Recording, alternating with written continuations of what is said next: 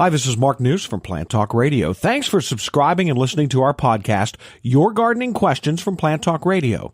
To keep this podcast free, we're partnering with Stoke Seeds. Pre-plan your indoor seed starting program today with the help of Stoke's 2018 Gardening Guide and their online articles. Whether you're adding texture through foliage, choosing a new variety for a splash of color, developing an existing garden, or starting from scratch, Stoke Seeds has some great catalog and online resources to help you through the process.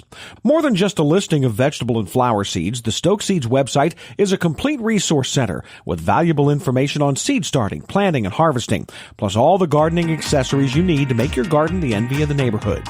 Get growing with Stokes. Now, today's question.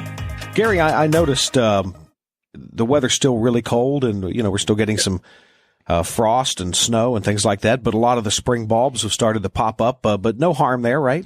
No, and it's the weather at this time of year is variable. We had snow here a couple of days ago, and next week I think it's going to be in the 60s, pushing 70 degrees. I've been in Central Ohio for about 25 years, and I think only one year I saw the bulb flowers actually damaged, once or twice in 25 years, and that's when a hard freeze comes once the daffodils and tulips are actually out and in full bloom. The foliage does get frosted off. Sometimes it can look like it's damaged, but in my experience, the bulbs still come back fine.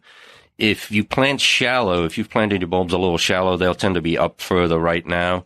And you can add a little bit of mulch on top if you're worried and you only have a few bulbs. We wouldn't do this for 75,000 bulbs at the conservatory. But if you have a few bulbs in your yard, you could throw an inch of mulch over the top just to sort of protect them. But generally the bulbs are very hardy and they kind of work things out. And the more concern would be a late freeze once the flowers are open. At this time, we're fine.